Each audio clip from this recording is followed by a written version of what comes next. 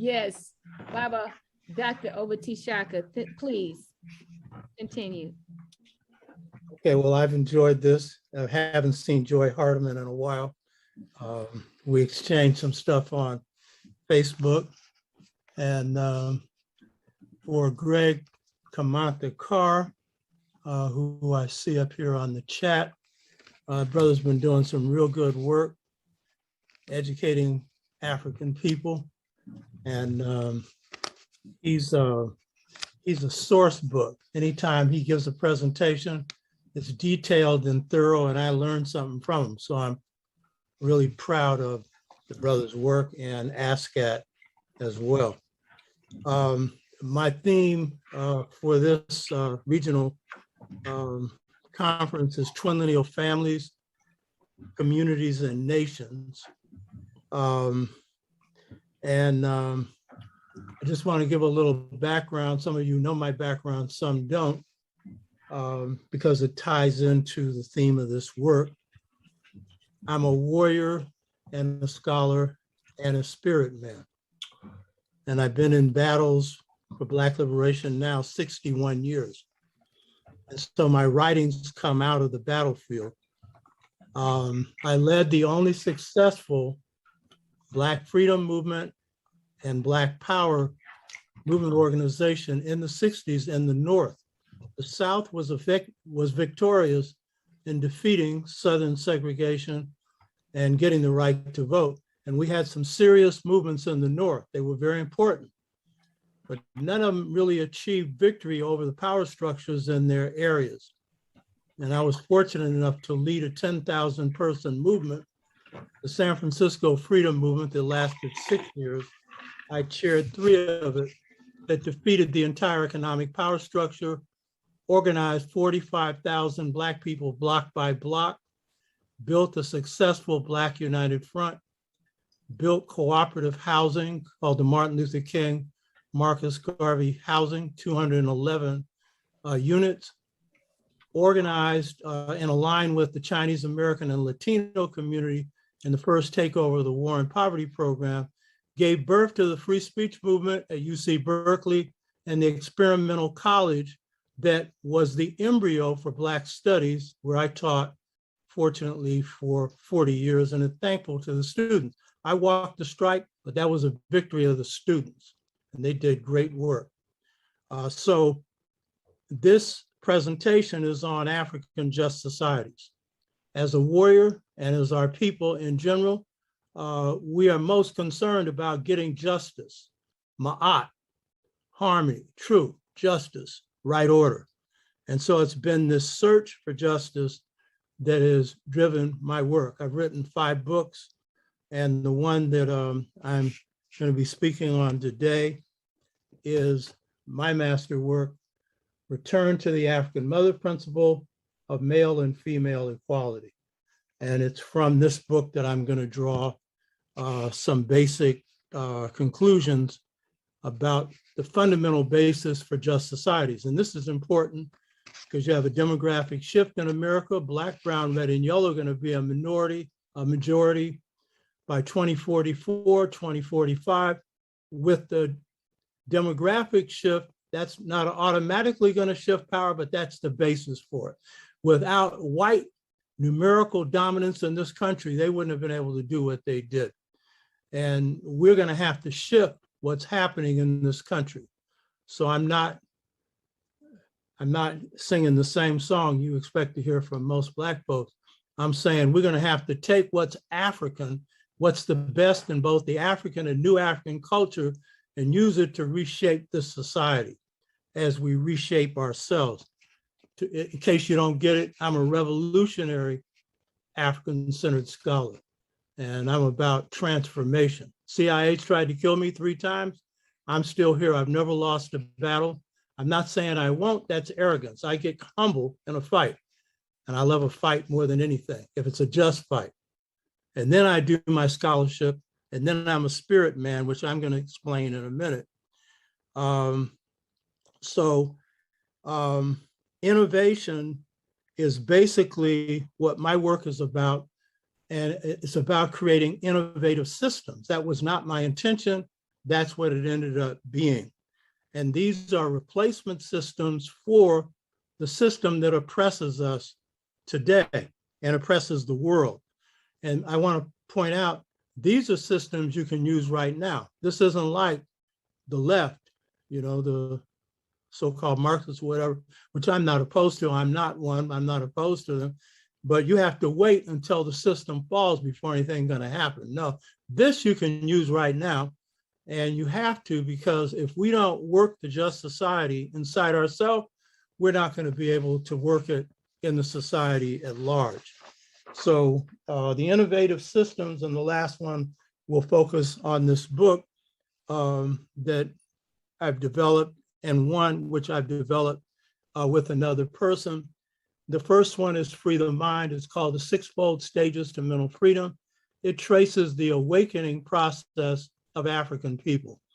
I worked this out with a brother named Twinlineal Obenga, who's made some presentations at ASCAC, a brilliant scholar, chemist, pianist, jazz pianist, martial artist, historian. And the two of us track the stages of awakening. And so this is ultimate healing for our people. Malcolm X went through this, Amilcar Cabral, Assata Shakur, myself, and many others. And groups that have gone through it have a much better chance, and people do, for being successful in what they do, but also having peace and balance in their life, which we call Ma'at. The second system that I put together, and I finished 611 pages of this book. It'll be out next year. It's on Seba, the light of wisdom within, where to know the truth is to be the truth. We have a problem as African-centered scholars. We have African-centered information and a European method for transmitting it. And that is generally an information method. So we get to know stuff, but it doesn't provide a path for us being what we know. And so this system that I put together based on Seba provides that. And that'll be out next year. The other innovative system that I put together is the mastery system that we carried from Africa, which is basically an apprenticeship system that if you see a great master in our culture, they've gone through it. A John Coltrane went through it. A George Washington Carver went through it. An Ella Baker went through it. This is an apprenticeship mastery system, which was the way knowledge was transmitted at its highest level in Africa through Per Ankh, House of Life, the highest university system in Kemet, which was a mirror of the secret societies of Inner Africa that we carried into the Western Hemisphere. So the book that I'm finishing now tracks six of our masters, showing how they went through it. John Henry Clark, Ella Baker, Amilcar Cabral, Theophile Obenga, and others. The other innovative system is one that describes our situation. Why are our families so eroded now? But we maintain two-parent households for 100 years. Why is it that we had 75% two-parent households from 1865 to 1968, and now only 29%? What is it? We already know what is it that is weak in Black communities, drugs and stuff. But the key point is, because of the way in which my stuff works, is I've been able to come up with an explanation of both the problem and the solution. The problem that our youth face, especially with the forces that have hit us, including drugs and other things, I call a choice between two cultures. It doesn't come from me. It comes from another side. It provides both the problem, which is some of us are stepping out of our culture in ways we didn't during slavery, and the solution. We got to draw on both African and New African culture, which is African-American culture. And then the final innovative system, and I think my most important one, comes from the book Return to the African Mother Principle of Male and Female Equality. This is the only book that accurately defines the African family model, accurately defines it. And this, I think, is most important because family is the foundation for society, and just families are the foundation for just societies. Dr. Theophile Obenga, who we brought into San Francisco State and worked there for 11 years, and I think you all know, has just opened a university in Congo, Brazzaville, in the name of his president, but he directed it. He went back and directed that. The greatest scholar on ancient Kemet in the world, period, today, who speaks 11 languages, written 17 books, has just finished an 18th on the Pharaoh, 1,000 pages long. So that's my buddy. And if you go to my show, the Dr. Obatishaka show, you'll see the interview. It was really a conversation that we had about 2 months ago. In reviewing the mother principle, this is what Dr. Theophile Obenga said of the book. He said, Return to the African Mother Principle, Male and Female Equality is a classic, and the term I use to define our family paradigm, which I'll get into in a minute, should be in the dictionary. I'm not going to give that to you now. I'll give that to you in a minute. Dr. Asa Hilliard, who wrote the introduction to this book, The Mother Principle, said this: I know no other comparably insightful treatment of African family structure based on empirical study. Diop would have been pleased. In some ways, this book is a companion to Dr. Marimba Ani Jurugu. She analyzes the unjust societies and Tshaka analyzes the just society. In fact, Marimba Ani, then Donna Richards, was in SNCC. She was married to the best organizer in SNCC, Bob Moses. And so she does a book on the unjust society, man minus the feminine principle, the pale fox and Dogon philosophy.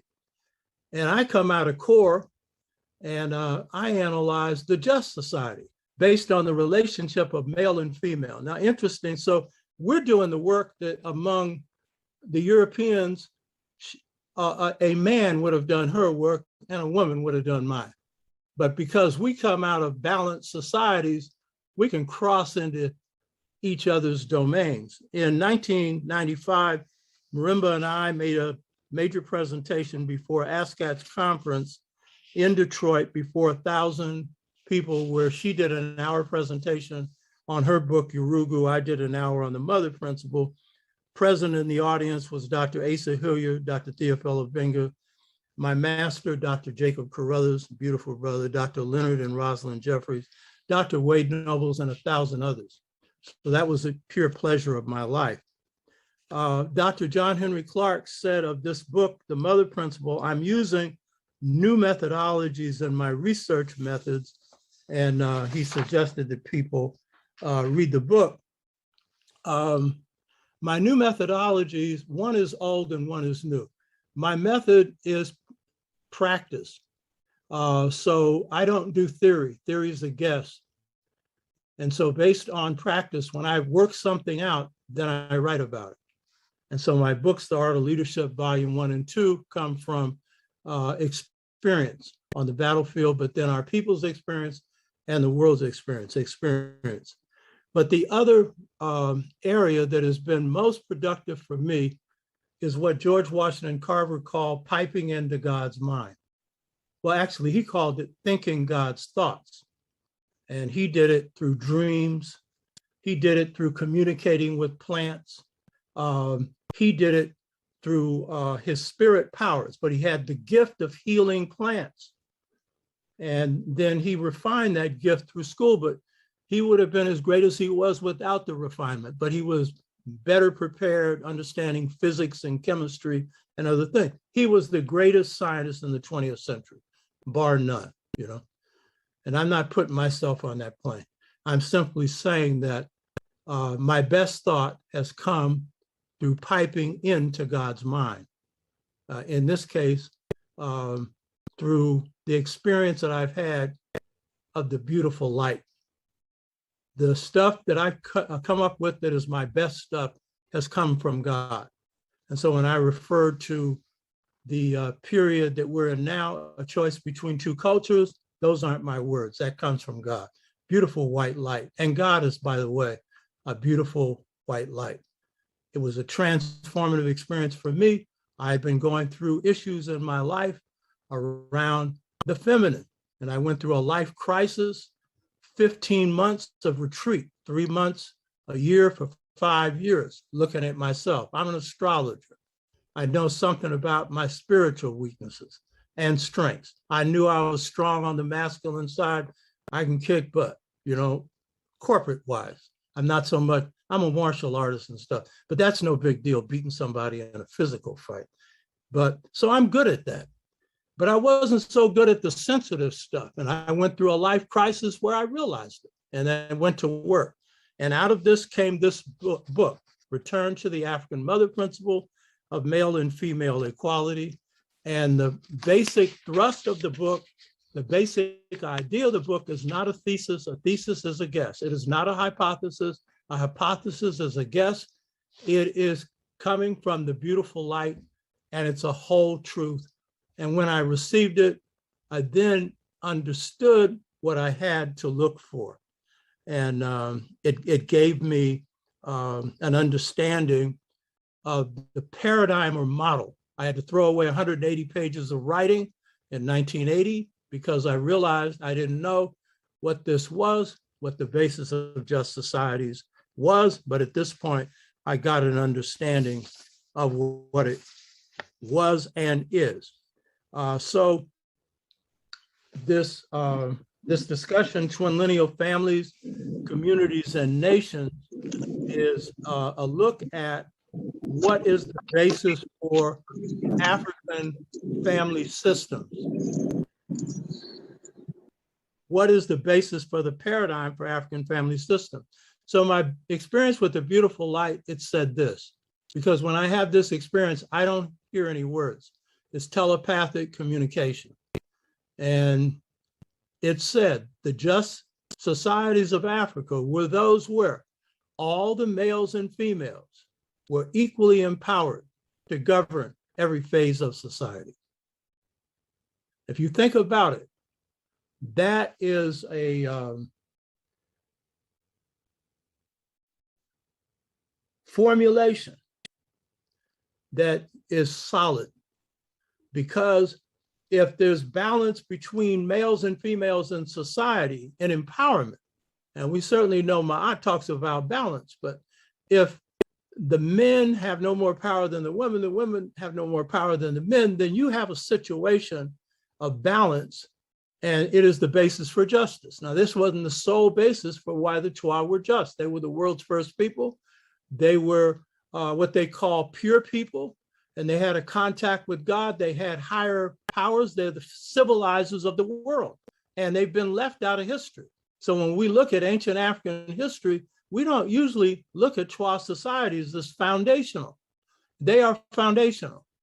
And so this formulation of the just society principle is key, because in Twa hunter-gatherer societies, and human beings lived in that state for 100,000 years, came into being 144,000 years ago through the Kun, who lived in the Kalahari Desert, and the Twa, who live in the Congo. And the Kalahari Desert is a rough environment. This male-female empowerment, where all the males and females are equally empowered to govern every phase of society, this was manifested through hunter-gatherer societies in which men hunted, women gathered. Women were more essential for the survival of the hunting band. And remember, humanity for over 100,000 years existed in this state, and it was the most plentiful and just state that humanity has ever experienced. There was no real war, no oppression of women, of children, of elders. And nature was balanced through a system of sharing, which gives rise later to a communal order. So this was a plentiful society where people didn't have to hardly work. Hunter-gatherer societies, it wasn't hard, particularly for women, to go into the forest or into the desert and find edible wild crops. This is before agriculture. Women later innovate agriculture, but this is such a just state that they live in it for over 100,000 years, coming into being 144,000 years ago, according to mitochondrial DNA. Some people say 200,000, but best evidence is mitochondrial DNA. So the thing is, this stamp of male-female balance in the economy is a stamp that passes on to subsequent African societies. If you're living in a certain state for 100,000 years, then you give birth to what I call formative history. The Twa are usually put in prehistory, which technically means people before writing. Well, they don't call the Greeks prehistory, and yet Hesiod, their first philosopher, couldn't read or write. They don't call him prehistory, you know what I mean? And Socrates didn't pass anything on in writing, you know what I mean? But his stuff ain't questioned, you know what I mean? So this isn't any prehistory. This is formative history, history at its beginning. And it's kind of like with your mother. Your beginning is in her womb. She stamps you. And this is the same way in civilization. Over 100,000 years of certain patterns being stamped. And so what are these patterns? One is the male-female balance. What is another? In these societies, men and women make decisions collectively. That's democracy. Africans gave birth to consensus-based democracy. The term democracy itself is Greek, and the Greeks themselves had it for 150 or so years in Athens and a few other city-states, 25,000 people. That hardly amounts to either the beginning of democracy or the foundation of it for Western man, because Western man likes power. They don't like people having control. They like domination, you know what I mean? So this leaves its stamp on Africa. So what do most historians say? They say that African decision-making processes are consensus-based. It has a Twa origin. And we carried that into the United States, by the way. Southern Blacks, when they came out of slavery, they generally made decisions based on consensus. And that's how they outfoxed the Klan and everybody else. Ella Baker's decision-making model of group-centered leadership that Black Lives Matter follows now comes out of this model. The African globally is constitutionally democratic. Jazz is an aristocracy of democracy with counts and dukes and everything else, but the basis of it is democratic improvisation based on excellence. Your royalty is based on you being good at what you do and ideally in your character. That ain't always the case, given the nature of slavery's influence on us here.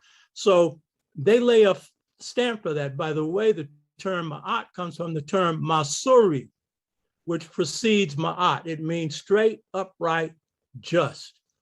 I ran this past Obenga because he's the linguist. I said, hey, Obenga, you know, the Twa give birth to humanity. They gave birth to Ma'at. He said, yes. They also gave birth to Kemet, by the way. When Dr. Sheikana Diop, Theophile Obenga had their argument at UNESCO over the blackness of Kemet, this was the best evidence that Sheikana Diop presented right here. This little Anu, who's an agrarian Twa.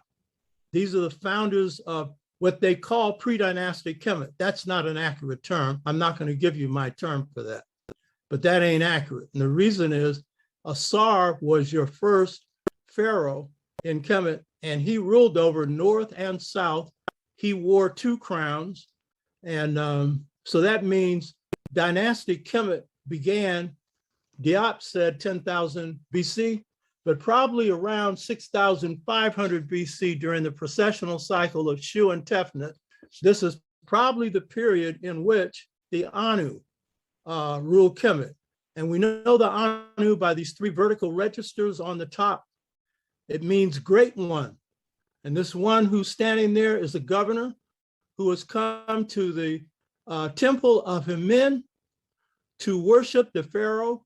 These two ears, that animal with two ears, that's actually Set, because the netter for the pharaohs in pre-dynastic or ancient Kemet was Set, not Horus. And therefore, I would suggest Set had a very different meaning for them. Set isn't somebody that cut his brother up into pieces. There's no way in the world that the founder of Kemet, who was a real life person, is going to tolerate, or are the people, are they going to worship as a netter for Pharaoh, the one who killed their founding ancestors? So that, I think, it bears some further examination.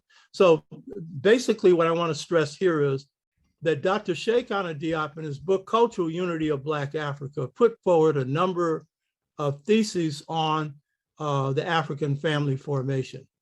He argued that Africa was a matriarchal zone. Europe was a patriarchal zone.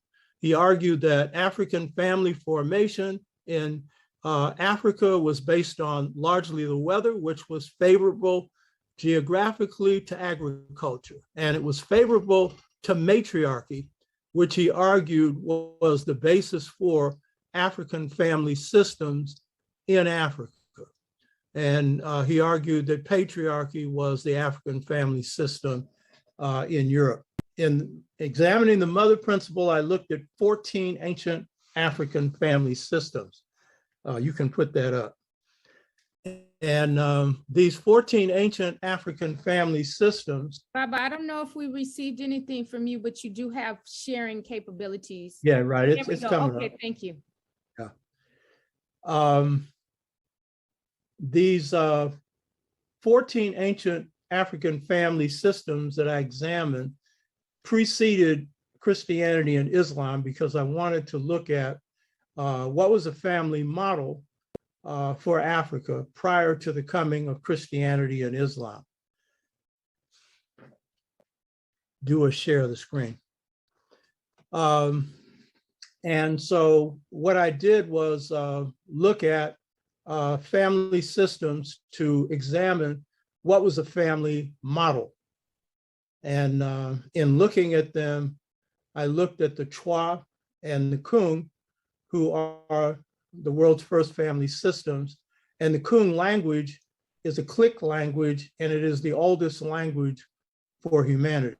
The Chwa, coming out of the Congo, no longer speak their own language. And so they serve as the model for other African family systems. And then examine the Frikbo Igbo, which is a twin unilineal family system. But I want to really stress is what you're going to see coming up in African family systems is the pervasiveness of twinness in family formation. So in the case of the Frikbo Igbo, for example, I say that they come after the Twa. We don't know exactly how far back they go, but they're close to Twa-oriented and organized societies that are called twin unilineal. That means that the last name of the female comes from the female line, the last name of the male comes from the male line, and work and everything else, economy and everything else follows this Twa pattern where men do certain work, in this case, both agricultural, but they are in charge of different crops and different work in the society. And so this is the basis for a Frikbo Igbo. Yoruba, according to Sheikh Anta Diop, African family systems were matriarchal. Yet what I found was that, and he also argued that the only time patriarchy existed in Africa, that is family systems ruled by men, last name comes from men, descent goes through men, was only time you found that in Africa, according to Diop, was through outside intrusion through Islam or Christianity. In fact, Africa has indigenous patrifocal systems. See, I'm not going to call them patriarchy because archy is contrary to African thought, rule over, Africans reject that. But the key point is a system in which, for the most part, among the Yoruba, descent is traced through the male line. There are some Yoruba where it's traced through the female line. But the key point is men inherit from their fathers, who happen to be agriculturalists, which is the exception in societies where there's a division of labor between agriculturalists and people who tend cattle and whatnot. But in the case of the Yoruba, the men are agriculturalists, the women run the marketplace. But inheritance follows responsibility. Males inherit from males, females inherit from females. Twinness, this is not matriarchy, and this isn't patriarchy either. These terms don't fit. These are anthropological terms that we picked up that don't follow how things work in African societies. The Suku are an African people who also follow the African family model. They're influenced by the Twa. Main influence I want to stress with all of these societies, in large societies where they're too large for males and females to govern at the national level, through all the males and females being equally empowered to govern every phase of society. At the village level, where you have societies that are village-based, they are based on male-female empowerment. Exactly. All the males and females are equally empowered to govern every phase of society. The basis for Twa, family organization, decisions are made by consensus. And in societies such as the Yoruba or the Asante, that are too large for all the nation to get together and make these decisions, when they have a council and the council makes decisions, it's by consensus. In the case of the Asante, of the Asantewa, and the Santahina, the Queen Mother and the King. But it's the consensus of their council. They don't make decisions on their own. So again, Twa models are affecting governance in African societies. And so the Suku follow the same. Among the Swazi are a people where inheritance is determined by the rank of the mother. Men inherit, but it's the woman's rank, that is the senior wife, that determines which of the sons inherit. So that's patrifocal. By the way, Sheikh Anta Diop made the error of saying that Swazi were matrilineal or matriarchal because they had respect for women. In fact, they're patrifocal, patrilineal, but twin in their orientation. So for example, the king is in charge of the army, but the army is stationed at the palace of the Queen Mother, who is not the mother or the wife of the king. The king has the highest court, but the Queen Mother has the court that can overrule the king's court. In the family, the man, the father, is called female father. In other words, it's a masculine feminine thing where the father treats the children the way the mother would. And the wife is called male mother, indicating that she indicates the strength of the male. So even in societies that you would call on the surface patriarchal or patrilineal, they are twin because they are governed by this principle that the human being is made up of both masculine and feminine elements. Move that down further. So you have the Tariki, who also have this same balance. And then the Dogon, who are a people that moved into the Bangaderia cliffs of Mali, trying to evade conversion to Islam. And you find again the twin principle operating in their family systems. And so that throughout their family systems, there's an emphasis on masculine and feminine. And that is the order of the society. Cinnabar, you can take the rest of it down. So basically, I just want to summarize and I'll be finished. The African family systems I found, one did not originate out of climatic conditions primarily, even though African climates did favor agriculture. The African family system formation starts with the Twa, and in the case of the Kung, out of a harsh geographical circumstance. And in spite of that, they have balance because it is the culture and the philosophy that is stressing the centrality of human life and of male and female. I found that Sheikh Anta Diop concluded that dowry, which is a price or a something that is given by one family to the other that was misinterpreted by whites as buying a wife, Sheikh Anta Diop was correct in saying you were not purchasing a wife. This was something that was done in African family systems. Diop argued that the inferior party in a relationship was the one that paid dowry.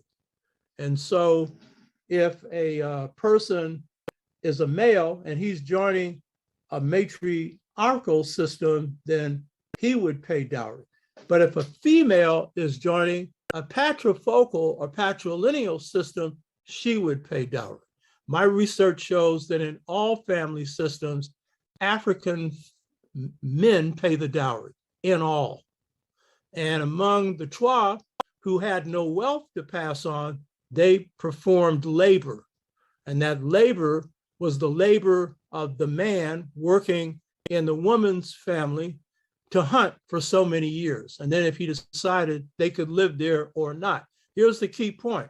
In Europe and in Asia, under patriarchy, it is always the woman's family that pays dowry. And as a result, there is infanticide.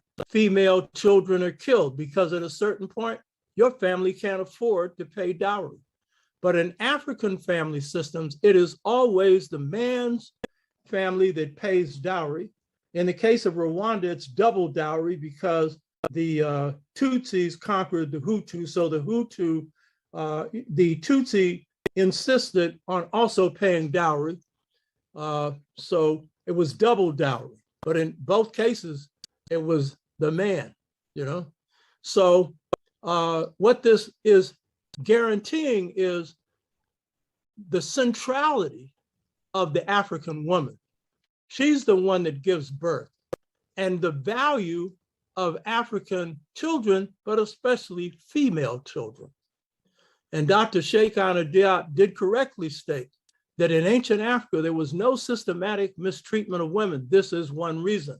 But the main reason is the balance that exists between males and females and the synthesis of masculine and feminine. I should note that very few African family systems were matriarchy. And I found none that were patriarchy per se, except maybe Dahomey that was based on the slave trade. And that's after the traditional system was corrupted. And so if you look at what prevailed in Kemet, that was not matriarchy. That was a system where the pharaoh gained his right to rule through his sister, who was his wife. But power came through the female line. The head of the family was not the female, it was the wife's oldest brother, who in ancient Kemet happened to be her husband. And I should point out, by doing that, the male pharaoh was subverting the power of the female, because then it took out of her hands the brother who could put a check on the husband, because now the brother is also the husband. You know what I mean? So that's a little point to note, because if this was matriarchy, the woman would be ruling directly on her own. So, but the African form that is called matriarchy that Dr. Sheikh Anta Diop understood is one where the eldest brother is in charge and inheritance is traced through the female line. And that gave the eldest brother power in many different ways. So I want to conclude by saying that this may sound complex, but basically the African family system is a system of balance. Before it was thrown out of balance by slavery and colonialism, and even then, this balance persists. And in the Western world, it continues because we always look at dysfunctional families. Go look at functional families. And even the dysfunctional ones, because we all have some of that in the best of families, you're going to see that it is this respect of the male for the female and the masculine for the feminine. And the thing that an African woman, in this case, the African-American woman, but I know this is true of African women everywhere, the most common thing that I hear over and over again when I ask sisters, because I look at some relationships that are difficult, some that are easy, but in the difficult relationships or the easy ones, I'll ask one question: what's key to this relationship? And what will they say? More than anything, they'll say this: he's kind. Now, we got plenty of men that aren't, but we got plenty of men that are. And that kindness is a part of the synthesis of the masculine, the nurturing, supportive principle of the mother, and the creative, so-called strong principle of the male. And when you put these two together, you have a true, good human being that stands on Ma'at, speaks Ma'at, walks Ma'at. So this family model is a family model for reconstructing societies. Because whether you realize it or not, capitalism based on patriarchy. It's also based on rugged racism, and it's based on pure greed. It's based on the Aryan ethos, which in my book I go into. It's not correct to call them Europeans per se. That's a recent invention. Aryan and Arius, that's their root. Lord and master. And by the way, Arius were the lords and masters. Aryans were the no good for nothing, rotten, filthy people who are the masses of white people. Did you know that? So the dehumanization of their own people, near dehumanization, is the basis for when you add to that racism, then it's taking people out of humanity. Then you see that because we often haven't explained why is it that Europeans lived in so much misery because of this concept that they had. But when you add to that pre-existing ideas of racism based on color, melanis, and that it becomes later untrustworthy and stuff, these are the terms that the Romans put on the Etruscans, who they replaced, who were Black people, who respected their women, who didn't speak an Aryan language. So when you add that to racism, the Lord and Master thing to racism, then what you have is a snuff out mentality. And if you look at Western imperialism, it was not just an enslavement process, it was a genocidal process where they wiped out a good part of the planet. So this concept of the twinlineal family system, I say, so African families are not matrilineal or patrilineal, not matriarchy or patriarchy, they're twinlineal, meaning your lineage is from your mother and your father, your grandmother and your grandfather. And if God is he, it's also from God who's she. God ain't either he or she. God's a spirit. But if you believe that, then you got to have one with the other because it takes two to create. You get it? So that's it. This is one of my passions. By the way, I live in a twinlineal relationship. My wife is as strong as me. I like strong women, just like I like seasoned food. You know what I mean? Sometimes it can get rough, but basically it's good. Yes. Because you get the truth, not a doormat, you know? So that's it. Wow, powerful. Speak to the spirit, talk spirit. I couldn't even get that typed in. Talk spirit. Whoa. Are you full? I'm full. Man, I ain't ate nothing all day. I've been online. Thank you, Dr. Obati Shaka, Elder Obati Shaka, for that. 82 years old. And I would encourage people to come to my site. I have a show, the Dr. Obati Shaka show, every Saturday on YouTube. And it's also simulcast on Facebook and will be on Instagram and Twitter. And so What check time it is out. that? It comes on at 10 in the morning, but if you go to the site, you can plug in. We've done, because I only do them once a week on Saturdays, and we've had some wonderful shows. So you can plug into those, go into any one of them that you want to. We also have a cinematographer, so some of our stuff has historical background to it. What I'm trying to do is reach the younger generations. 67% of my viewers are between 13 and 40. We have 167,000 views for the first year, and we got about 15 countries watching this. And I can tell you, Facebook and YouTube don't like it. Right. So they ain't helping me. Because they ain't What getting I'm no money. doing is I'm getting these younger people who are taking old tech and high-teching me. Yes. Just like the one who just did the stuff here on the PowerPoint. And so they've been showing me the tricks. I'm a strategist, but I'm no strategist when it comes to technology. I'm old school, but they know the technology and they know the strategy. So I'm hanging in there, and You check giving it us out. the formula, because I mean, you checking Baba Obenga, everything, you going back, well, this is what he said, but this is what I learned. So we appreciate the way that our scholars, that our elders can go back and refine. And we know that we are learning and researching every day. And so it's important, stay connected with ASCAC, because we're bringing you these scholars here that is giving us this new information and new finding. And so we don't want to stay rooted in the old mud, right? We want to clean it up and bring it so that mortar for these new buildings, right? They're gonna stay. Somebody said it wasn't just bricks, it was stone. So this is a stone carrier right here that we have, putting stones in with the building that we have here. Thank you so much, Duan Tur, for your presentation, Baba. And by the way, to Greg, contact me. My email is